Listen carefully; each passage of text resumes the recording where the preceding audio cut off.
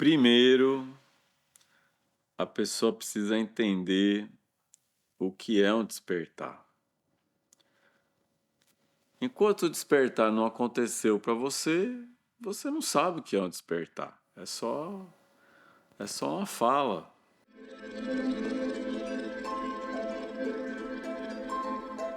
O despertar, o despertar. Todo mundo acha que já despertou, né? Não, tem um monte de gente que acha que já despertou e um monte de gente tem certeza que não vai despertar nunca. E aí, o que é um despertar? No Bhagavad Gita, que é a canção do Divino Mestre, um capítulo do Mahabharata que narra a guerra de Kurusketra dos Pandavas e os Kauravas na Índia, parte daquele conhecimento védico. O Bhagavad Gita, que é uma conversa entre Deus, Krishna, e o guerreiro Arjuna. E Deus, nesse livro sagrado, é como uma Bíblia, assim, né? Um livro sagrado como a Torá, o Corão, o Tao Te Ching, o Zen de Avesta. Tem o Bhagavad Gita, que é sagrado para muitas pessoas dentro do hinduísmo. Então Deus fala para Arjuna. Ele diz: enquanto muitos dormem, o yogi está desperto. O yogi, ele é um praticante, né? Existem vários tipos de yoga. Yoga quer dizer união, né? É a união de você com você mesmo, de você com a sua essência. Aqui no Brasil é muito conhecido o Hatha Yoga, que é o yoga dos movimentos. Porque o yoga dos movimentos é o básico. Se você não tem um corpo que se movimenta, se você não tem um corpo saudável, por que fazer outros yogas, né? E aí tem o Gnana Yoga, que é o yoga do conhecimento. Tem o Bhakti Yoga, que é o yoga do amor, da devoção. Tem o Raja Yoga, que é dos estados alterados de consciência. Aí você tem o Karma Yoga, que é a ação, os trabalhos, né? Você estar trabalhando em meditação. Então, são técnicas, várias técnicas para você despertar. Naquela cultura do hinduísmo surge o budismo, que é uma forma de despertar.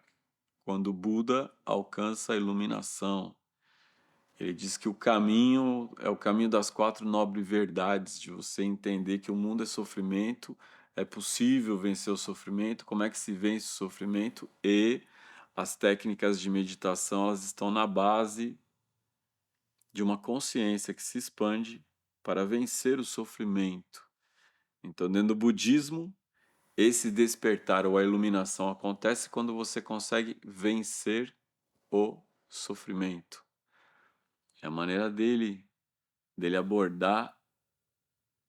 Como existem muitos budismos, no Zen, a chave é a meditação, o Zazen. É uma grande chave de despertar. Diz que Jesus usava uma linguagem de metáfora para falar com os seus iniciados, que a gente chama de discípulos. Então, entre eles, haviam linguagens assim, para falar sobre as coisas, né? Por isso que no Evangelho de João é tudo muito misterioso, porque ele está usando uma linguagem, né? Ele está usando uma certa linguagem para falar daquela realidade, né? Ele fala da Hidra. A Hidra é como se fosse a Nova Babilônia, é a própria Roma, porque eles estão sob o jugo romano. Então, é preciso chaves de interpretação para entender o que está escrito ali. Ter uma hermenêutica, uma exegese, né? Um estudo. Então, Jesus, quando aparece o primeiro discípulo, ele pergunta: como faz para lhe seguir? Jesus fala: abandona tudo e venha comigo. Ele diz: mas como eu vou abandonar os meus parentes e amigos e Tem um parente que morreu, desencarnou, eu preciso ir lá. Aí Jesus fala: deixa que os mortos enterrem os seus mortos. Por quê? Porque Jesus considerava vivo apenas a pessoa que teve um despertar espiritual. Então, a partir de um despertar espiritual, você se sente vivo. Enquanto não acontece um despertar espiritual, a gente se pergunta bastante qual é o sentido da vida. Por que esse grande vazio de sentido? Joseph Campbell, o autor de A Jornada do Herói, ele diz: o que as pessoas procuram não é um sentido para a vida. O que as pessoas procuram é sentir que estão vivas. Então nós carecemos de sentir que estamos vivos, porque boa parte das nossas escolhas, boa parte das nossas opiniões, boa parte do nosso comportamento é repetitivo. Nós repetimos de alguma forma o comportamento dos nossos pais, avós, bisavós, tataravós.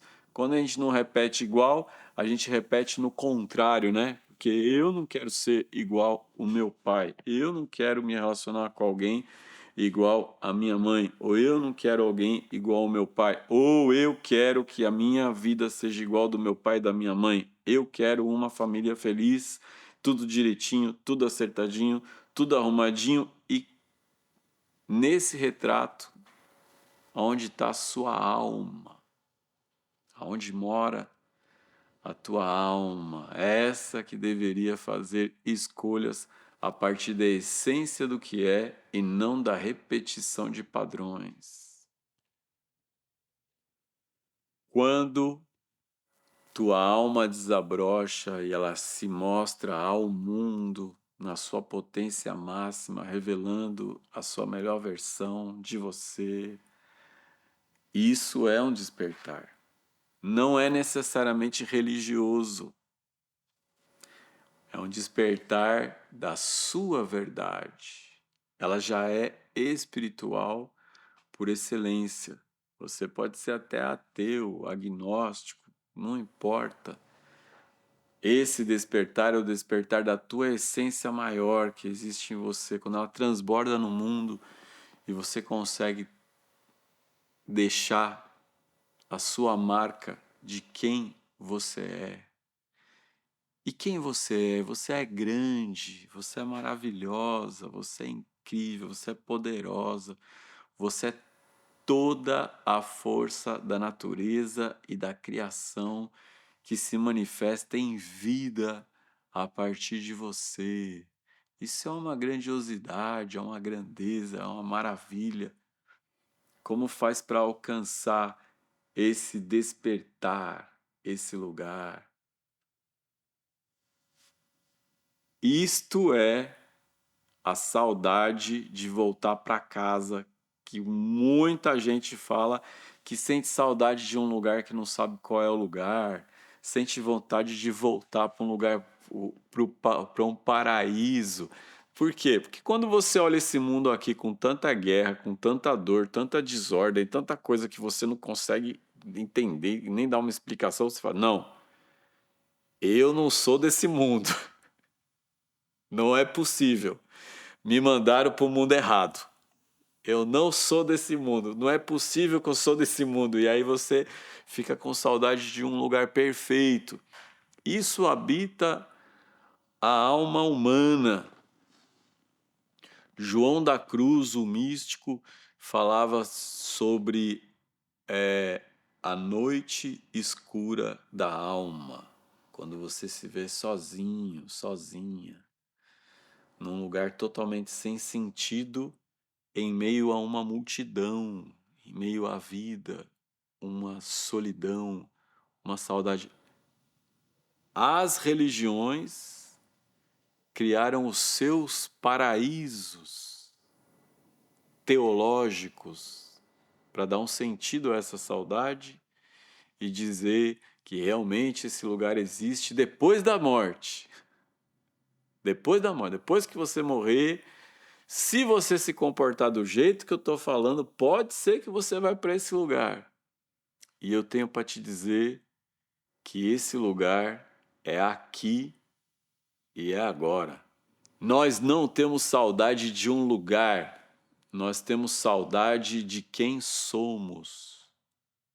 Apenas quando criança você é inteira na sua essência, sem nenhum questionamento, sem nenhum julgamento, a pureza da criança. Por isso Jesus dizia que o reino pertence às crianças.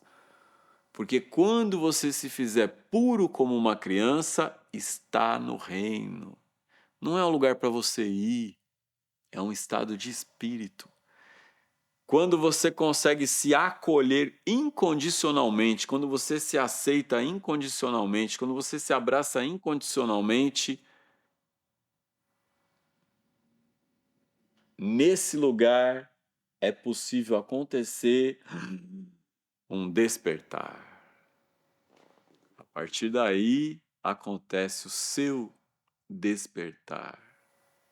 Traga consciência, a espiritualidade te acolhe incondicionalmente, te ama incondicionalmente do jeito que você é.